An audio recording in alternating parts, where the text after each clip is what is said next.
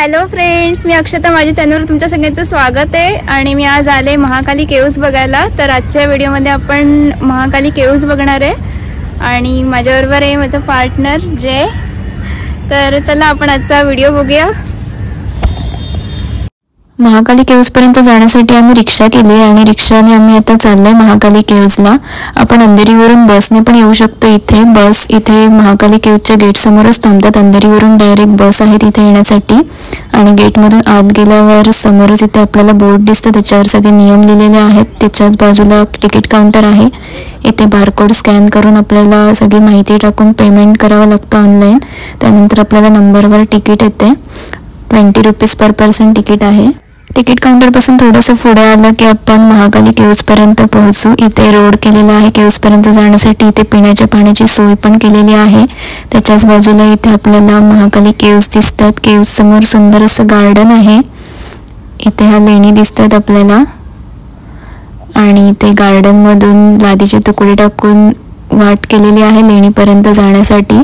एकदम सुरेख असं आहे हे गार्डन आणि लेणी पण छान दिसतात. चला तर मग आपण आतमध्ये जाऊन बघू लेणी कशा आहेत. ही महाकाली लेणी त्यांना कोंडीवटी बौद्ध लेणी असेही म्हटले जाते. ही मुंबई शहरातील प्राचीन बौद्ध स्थापत्य शैलीतील बौद्ध लेणी आहेत आणि ही लेणी आरे कॉलनी आणि संजय गांधी राष्ट्रीय उद्यानात आहेत. डोंगरावरील ही लेणी पूर्वेला 15 आणि पश्चिमेला 4 अशी 2 भागात आहेत.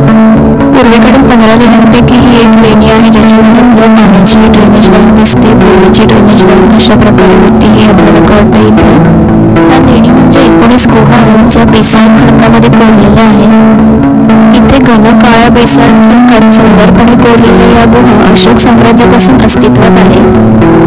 आणि या महाकाली लेण्यांना एकूण 20 प्रवेशद्वार आहेत आणि इथे आपल्याला दिसते एका गुहेतून दुसरी गुहा पण आपण बघू शकतोय.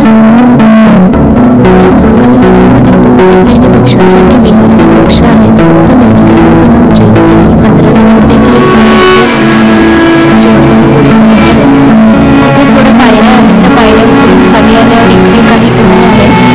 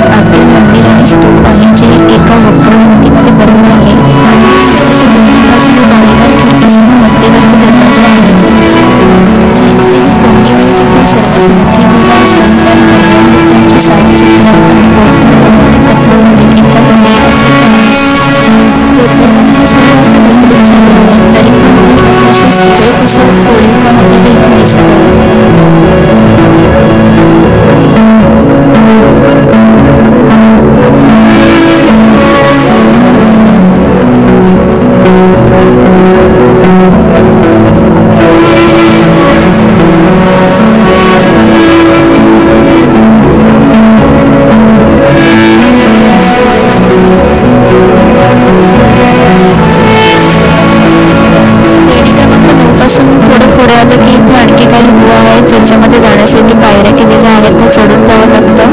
त्यांची पण रचना आतून थोडीफार सेमच आहे. तिथून थोडं पुढे आलं की इथे आणखी एक गुहा आहे. ही गुहा एकदम सुरेख दिसते. समोर 2 खांब आहेत आणि आतमध्ये सभा मंडपासारखं वाटतंय. आपण बघूया आता आतमध्ये जाऊन. आतमध्ये थोडा काळोख दिसतोय. एकदम मंदिर टाईप वाटतंय हे. इथे पाणी पडते वरतून. सुरेख आहे हे, सुरेख वाटतंय एकदम. एक हॉल आणि बाकी खूप साऱ्या खोल्या आहेत इथे.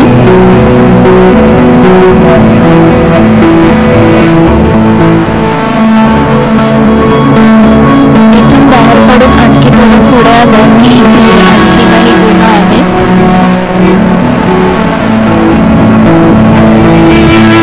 त्या गुहांची रचना पण आधीच्या गुहांसारखीच आहे.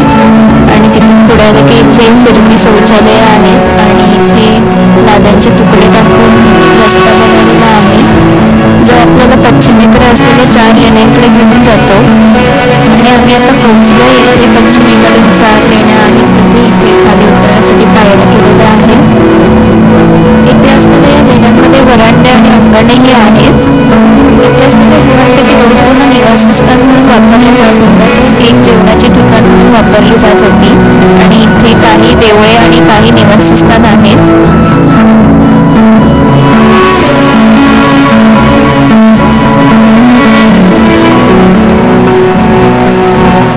इथे आतमध्ये खूप अंधार आहे. आपल्याला टॉर्च मारून बघावं लागतं. इथे बसण्यासाठी आसनं केलेली आहेत.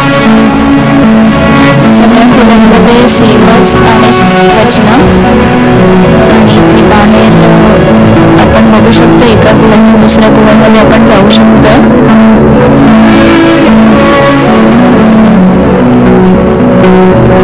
इथे गुहांमधून बाहेर आलो आणि गुहांच्या साईडलाच इथे पायऱ्या बनवलेल्या आहेत. त्या पायऱ्या चढून आम्ही आता वरती आलो आणि आम्ही आता लेण्यांच्या बरोबर वरती आहे.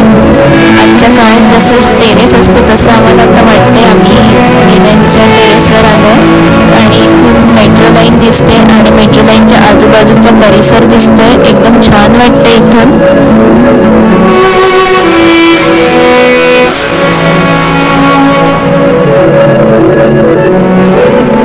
आणि ह्या लेण्यांच्या समोरच असलेली छोटीशी बाग पण आपण इथे बघू शकतोय. उंचावरून एकदम मस्त वाटते ही बाग. तर तुम्हाला हा व्हिडिओ कसा वाटला कमेंट करून नक्की सांगा. आणि व्हिडिओ आवडला असेल तर लाईक करा, शेअर करा, कमेंट करा. आणि माझ्या चॅनलला अजून सबस्क्राईब केलेलं नसेल तर सबस्क्राईब करायला विसरू नका.